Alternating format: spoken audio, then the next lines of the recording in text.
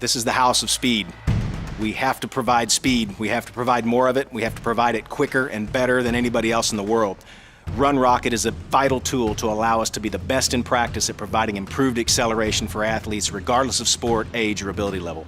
You're talking about sprint mechanics, start mechanics, acceleration, top end speed. You have one piece of equipment that can do it all. We're looking at all the different ranges of motion and different techniques. It helps us across the board help our athletes get faster. The Run Rocket is a big tool to work on acceleration. So a lot of the athletes are baseball athletes, soccer athletes, working on resisted their acceleration with the Run Rocket, and then unleashing them so they're unresisted will help them in a situation like tracking with a player or getting down a baseline.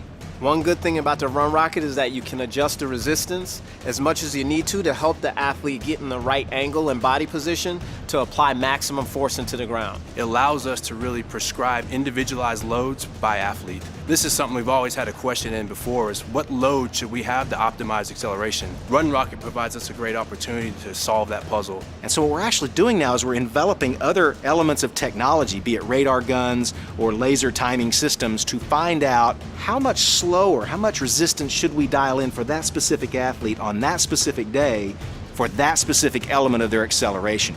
So with the radar test, what we did was we had him run a full unresisted bout and we calculated his speed. From that speed, with the Run Rocket, what we're trying to do is decrease his speed to about 50%, and we are able to do that with the versatility and the usefulness of the adjustment for the resistance. That's going to be what research says would optimize the acceleration power and performance in the first 0 to 20 yards.